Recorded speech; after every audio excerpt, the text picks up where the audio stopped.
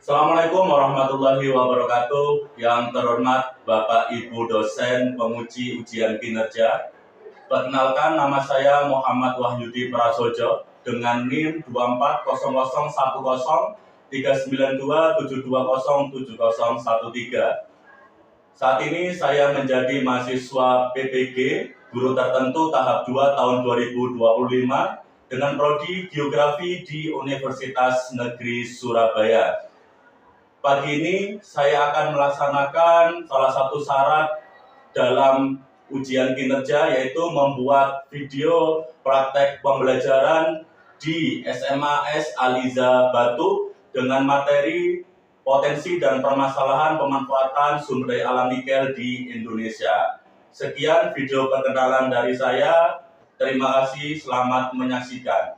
Wassalamualaikum warahmatullahi wabarakatuh.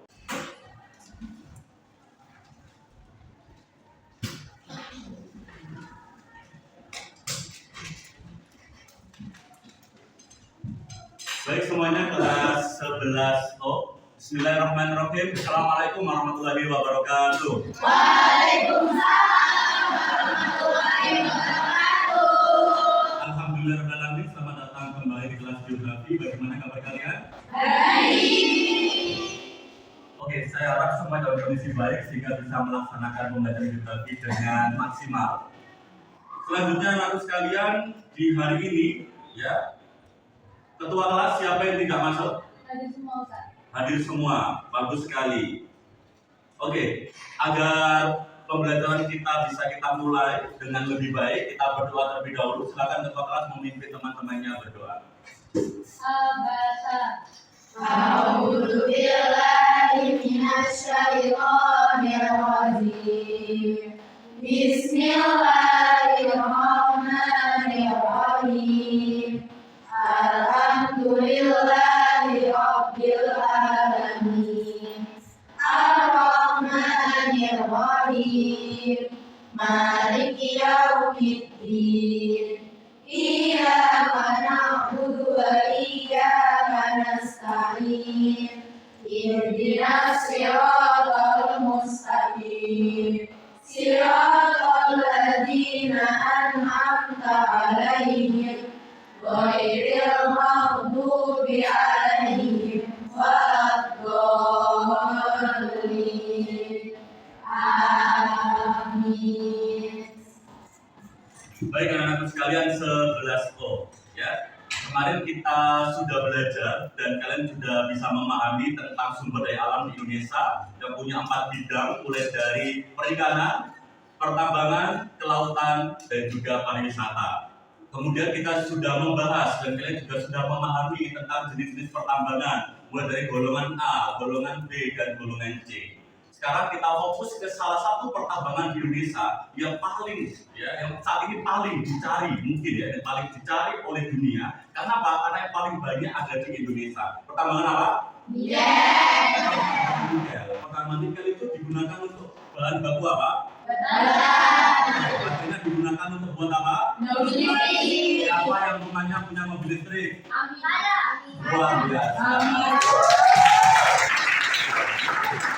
Mobil listrik itu ramah lingkungan, tapi baterainya dibuat dengan cara merusak lingkungan. Seperti itu, oke ya. Dengan itu kita akan lebih dalam tentang pertambangan nikel. Sudah siap semuanya? Siap. Siapa yang pernah tahu bentuk nikel kayak gimana? Bentuk nikel? Kita abu-abu. Bercahaya. Shining gitu kan, shining, nikelnya shining.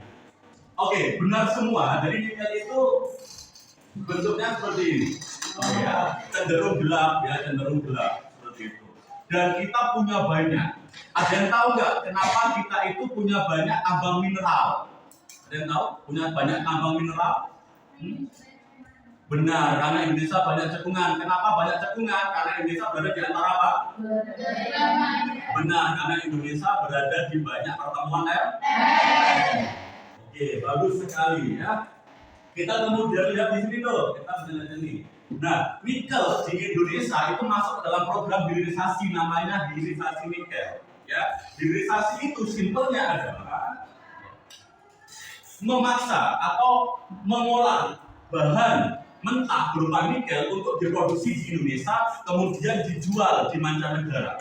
Kondisi ini lebih bagus secara skema daripada tahun-tahun sebelumnya, yang dimana Indonesia hanya menjual mentah nikel dengan harga murah, dan kita membeli mobil listriknya, padahal itu adalah milik kita sebenarnya dari bahan bakunya. Sampai sini Pak? Dulu nikel dijual mentah, dibuat baterai di Amerika, kemudian Amerika menjual baterainya di Indonesia. Lucu, sekarang ada kebijakan hilirisasi untuk meningkatkan harkat dan martabat bangsa. Dengan cara apa? Memaksa perusahaan-perusahaan smelter itu berdiri di Indonesia, entah di Halmahera, Sulawesi dan sebagainya, karena pusat nikel ada di sana.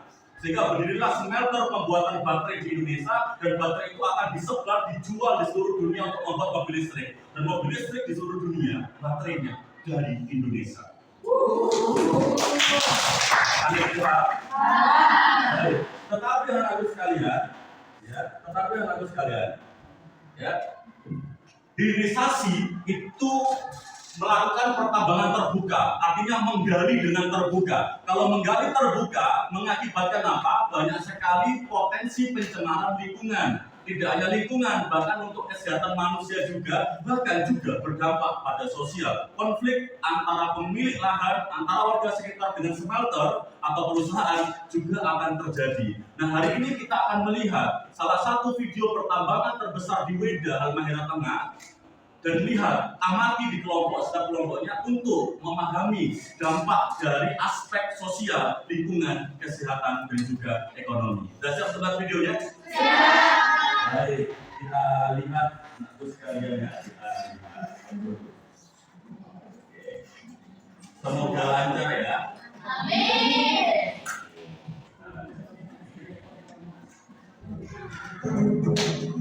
Hilirisasi nikel punya dua muka. Ia membawa untung bagi perusahaan, apalagi perusahaan dari negeri Tiongkok yang mendominasi investasi dan pengoperasian smelter.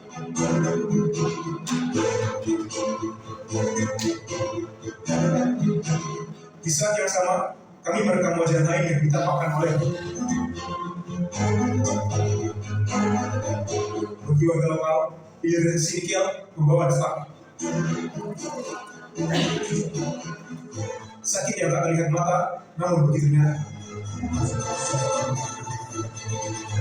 Orang-orang tubuh sehat yang menjadi anugerah terbesar mereka, warga Teluk Weda.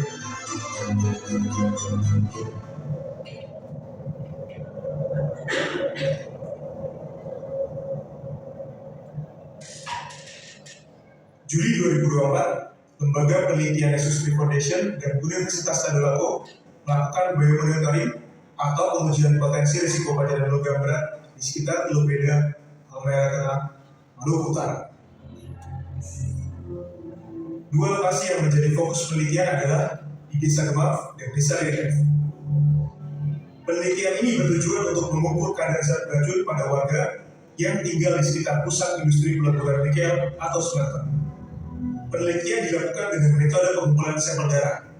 Sekitar 46 sampel darah dikumpulkan. Respondennya mulai dari warga, pekerja tambang, hingga nelayan setempat. Baik, itu tadi tentang video terkait pertambangan IWIP. Kita di apa? Indonesia Weda Base Industrial Park, ada di Halmahera Tengah. Sekarang gini, setelah kalian sudah lihat video itu, kira-kira perasaan kalian gimana jika jadi masyarakat pesisir? Nggak nyaman, oke, rancang, gitu kan, demo, gitu kan, turunkan, gitu kan. Kalau jadi pekerja tambang, perasaan kalian gimana? Alhamdulillah ya. Bingung. Di satu sisi saya butuh kerja ya kan, di satu sisi kok kesehatan saya terus turun gitu. Oke, kalau kalian jadi pemerintah harusnya gimana? Oke, lanjutin aja gitu ya. Kalau kalian jadi pemilik smelter, uang, bodoh amat, lingkungan rusak gitu kan. Oke, kalau kalian jadi peneliti, apa kewajiban kalian untuk selanjutnya kalau tahu itu? Ayo, mencari jalan keluar. Oke ya, temuannya sangat mengerikan, ditemukan dari beberapa sampel darah di sana bahwasanya banyak darah dari penduduk atau pekerja itu yang telah terkontaminasi sama timbal atau logam berat. Logam berat kalau bercampur sama darah itu segala bentuk penyakit koroner atau kanker itu bisa muncul di semua sisi, entah di jantung, entah di hati dan sebagainya. Nah, untuk bilang hidralik dan itu sangat berbahaya sekali. Dan itu sifatnya jangka panjang, bukan berarti datang kemudian tiba-tiba kena jantung koroner tidak atau kena ISPA. Tahu ISPA ya? ISPA itu adalah infeksi saluran pernapasan. Paru-parunya mengalami kerusakan dan sebagainya tidak, tapi dalam jangka waktu yang sangat panjang. Reporter saja tadi beberapa hari di sana sudah langsung pusing kepalanya, seperti itu.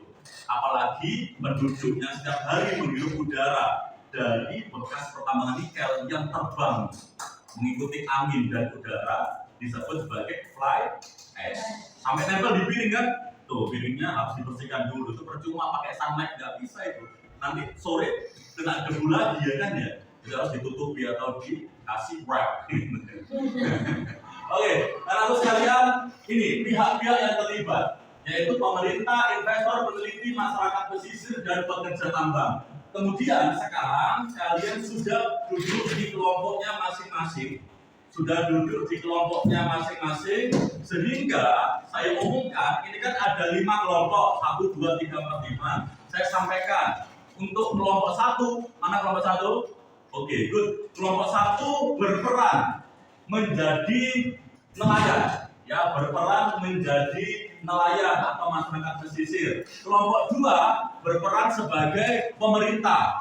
Wah, ini nanti kelompok 1 harus itu ya, lebih kritis sama kelompok 2. Kemudian kelompok 3, anak 3, oke, good. Jadi pekerja tambang yang sabar demi anak dan keluarga. Ini suaminya kemana? Ini pekerjanya cewek semua. Oke. Wanita-wanita karir dan berjuang ya, seperti itu. Suaminya tidur di rumah. Kelompok 4, siapa kelompok? Oke, good. Jadi pemilik semester atau pemilik perusahaan. Ini yang paling bersalah ya. Nah, kita sambut kawan kita kelompok 5, ya, adalah seorang peneliti ya yang bisa mengungkap klinik-klinik yang muncul dari sembunyikan dari smelter. Oke ya. Nah, aktivitas kita hari ini adalah kalian buka LKPD-nya. LKPD-nya mana? Dibuka dulu. Oke, LKPD-nya dibuka. Kemudian kalian cermati LKPD itu. Kemudian kalian coba lihat di halaman kedua terakhir. Coba, halaman kedua terakhir. Ya, halaman kedua terakhir. Nah, di halaman kedua terakhir itu ada tabel, ya, ada tabel terkait tugas-tugas tiap bidang kelompok. Jadi kerjakan di tiap bidang saja, oke ya? Kerjakan di tiap bidang saja. Dan di situ juga, oke, dan di situ juga ada keterangan terkait produk, ya, terkait produk. Contoh nih, kelompok 1, ya, kelompok 1. Pemerintah harus bisa membuat draft kebijakan singkat dari situasi IWIB yang ada. Ya, kebijakannya kita lihat nanti ya. Kebijakan kita lihat nanti di pemerintah. Pemerintah kelompok berapa? 2. Kelompok 2. Untuk kelompok 2 yang dari pemerintah harus membuat produk berupa draft kebijakan singkat. Kita lihat para warga, apakah pemerintah membuat kebijakan pro sama rakyat atau pro sama smelter? Seperti itu. Oke ya, paham semuanya? Kemudian langsung nanti dipresentasikan dan ditanggapi antar kelompok. Oke? Oke, waktunya adalah 30 menit, bisa diselesaikan mulai dari sekarang. Seperti itu. Ya. Silakan.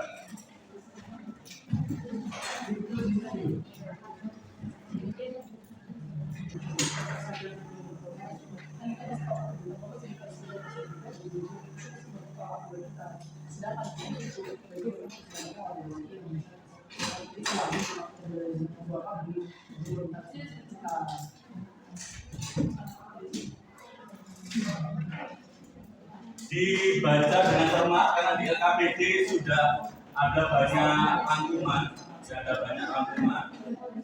Silakan.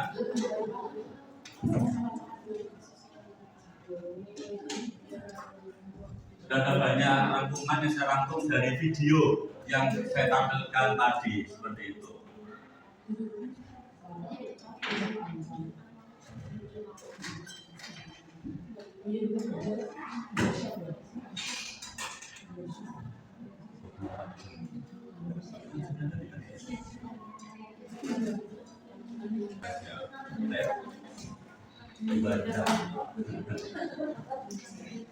Oke, 8 sampai 9 menit, ya 8 sampai 9 menit, ya. Silahkan kalian tulis dulu bahan-bahan untuk diwawancarakan ke kelompok lain, ya. Tulis dulu bahan-bahan untuk diwawancarakan ke kelompok lain. Sekali lagi saya ingatkan, ya, untuk rakyat bisa menyampaikan ke pemerintah atau sebaliknya pemerintah ke rakyat atau ke masyarakat pesisir. Kemudian untuk tenaga kerja tambang bisa ke smelter atau sebaliknya smelter ke tenaga kerja tambang, dan peneliti bisa ke rakyat dan juga pekerja tambang. Oke, good. 8 menit lagi.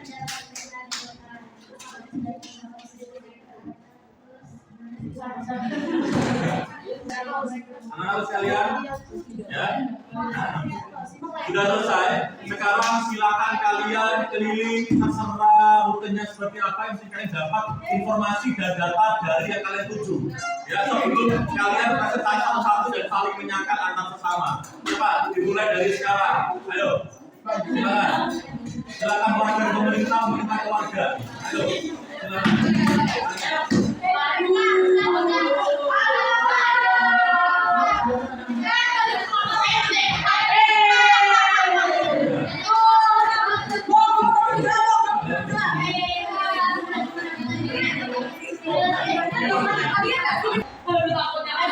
Silakan ditanya, kebijakannya apa di sini, ayo.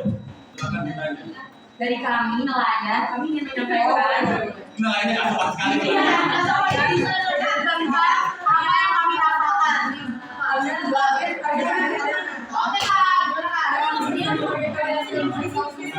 Kak, kalian tahu nggak sih aktivitas yang dilakukan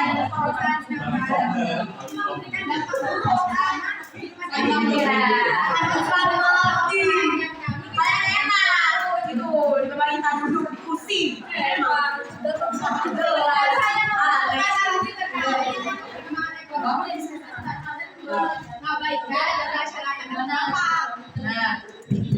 Mata pencarian kami pun bilang populasi ikan menurun.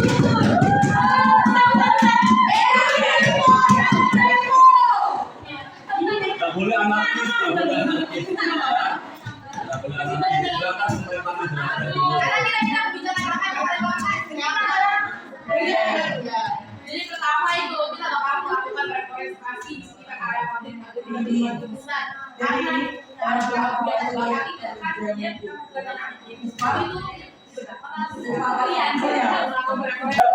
Kembali.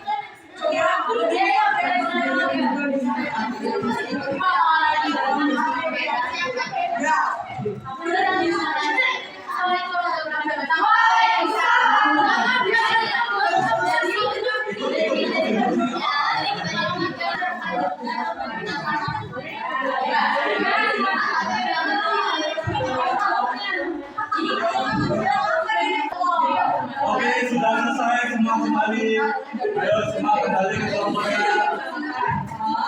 Oke, time out. Silakan kembali dulu. Peneliti silakan tinggalkan pemerintah. Please, back to seat.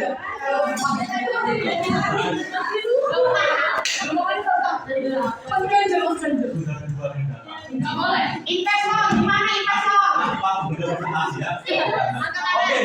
anak-anak sekalian, kita Sudah wawancara semua, waktunya 5 menit untuk menyusun bahan presentasinya. 5 menit untuk menyusun bahan presentasi presentasi satu, dan kelompok lain boleh untuk memberikan tanggapan, sanggahan dan komentar. Silakan 5 menit dari sekarang. Oke. Gimana? Oh boleh. Saya oke dong.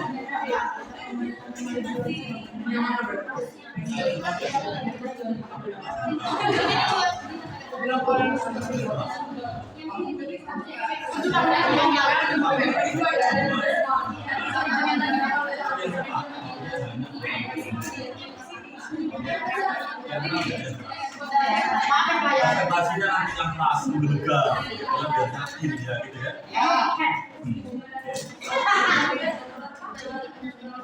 Ya begitu. Dan presentasinya yang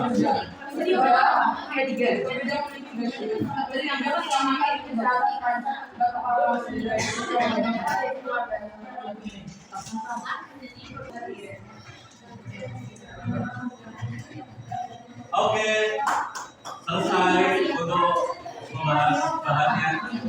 Oke semuanya, please ya, attention to me.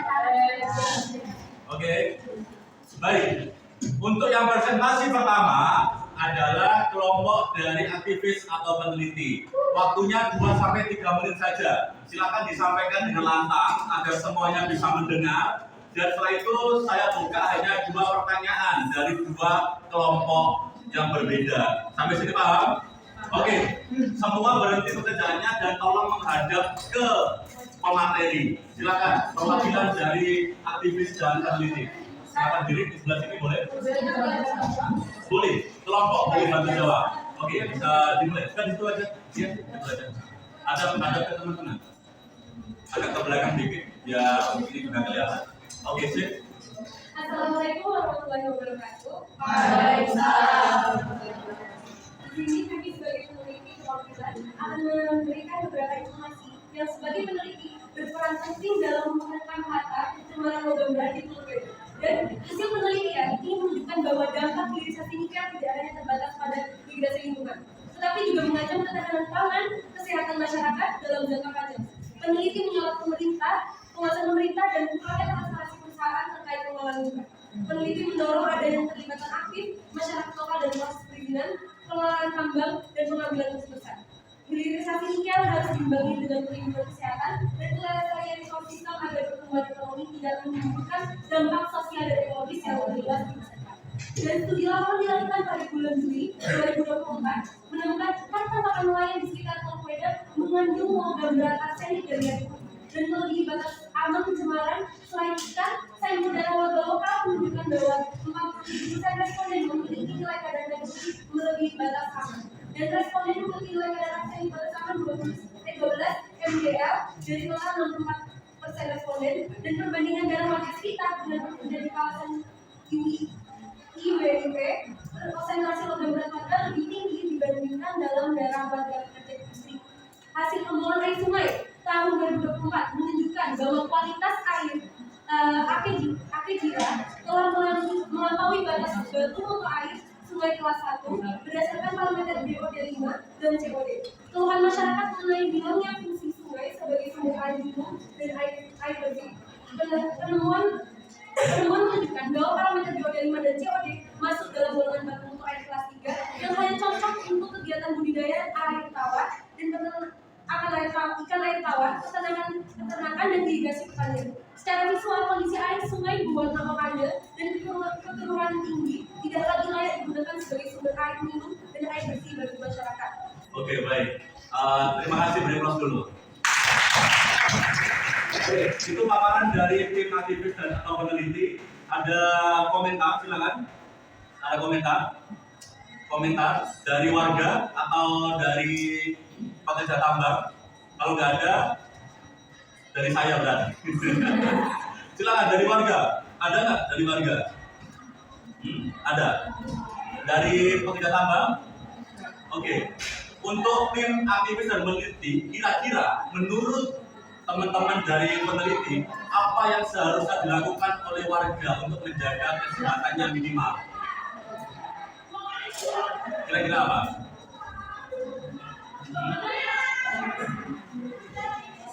Kira-kira apa? Oke.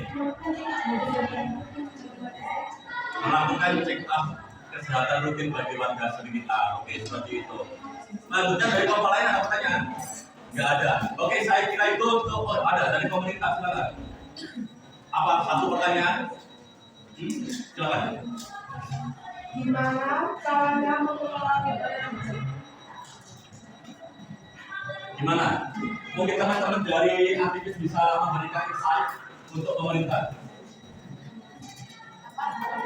Berdiri nggak apa-apa. Berdiri dulu nggak apa-apa. Berdiri. Jadi dari yang tadi kan dari hasil penambangan itu kan ada proses pembakaran. Jadi proses pembakaran itu nantinya akan ada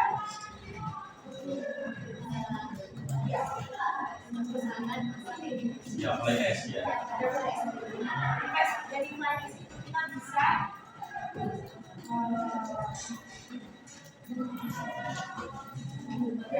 mengolahnya bisa kayak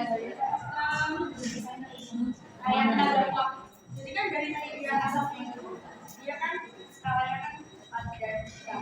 Jadi dari bisa diolah ke tenaga uap buat Jadi listrik. ya. Oke, terima kasih. Saya kira itu jawabannya pemerintah ya. Jadi diolah asapnya menurut tim aktivis dan dialihkan untuk menggerakkan turbin dan mengubah energi uap menjadi listrik seperti itu. Sampai sini Pak. Oke, berikut untuk kita semuanya. Dan itu kita hari ini di akhir pembelajaran ini kita tutup dengan biar semuanya nggak tegang ya, semua tegang tadi ya. Semoga habis ini tidak ada yang saling marahan dan saling tidak apa. Kita bermain Mio exhibition dulu. Ya, kita versi terbaru. Kita exhibition dulu. Berdiri semua, berdiri.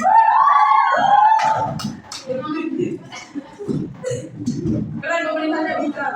Makanya di Oke, ikuti.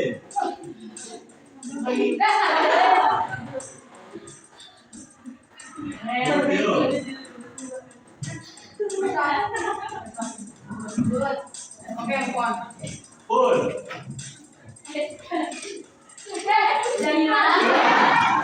Oke, nyalain, matikan. Tarik tisunya. Oke, very good. Oke, done.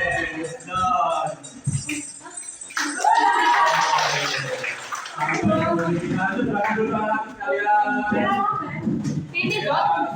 Alhamdulillah alamin selesai sudah pembelajaran geografi hari ini. Gimana perasaannya? Oke, kita simpulkan bareng-bareng pembelajaran kita hari ini bahwasanya nikel itu adalah kekayaan bangsa, kekayaan negara. Nikel terbesar di dunia ada di Indonesia. Oleh karena itu, hilirisasi itu bagus, tetapi harus benar-benar memperhatikan banyak aspek sosial, lingkungan, dan juga kesehatan. Semua yang pihak terlibat harus bekerjasama untuk bareng menentukan win-win solution. Sampai sini paham?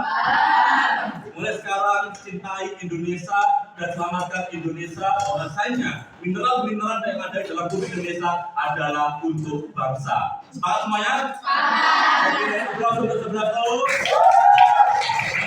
Sekarang kita tutup pembelajaran kita hari ini. Tapi sebelum kita tutup, satu tugas untuk kalian bisa dikerjakan nanti atau untuk minggu depan adalah membuat satu manfaat dan satu permasalahan serta satu solusi dari setiap bidang yang kalian pahami dalam pembelajaran ini. Minggu depan kita akan belajar tentang pertambangan emas. Ya, silakan dipimpin oleh Darpa untuk menutup dengan doa kafaratul majlis. Alhamdulillahirabbil alamin. Subhanallahumma wa bihamdika asyhadu an la ilaha illa anta astaghfiruka wa atubu ilaik. Amin ya rabbal alamin. Semoga keberkahan untuk pembacaan hari ini dan manfaat untuk kalian. Terima kasih dan aku 11. Oh, sampai ketemu lagi. Wassalamualaikum warahmatullahi wabarakatuh. Waalaikumsalam warahmatullahi wabarakatuh. Terima kasih.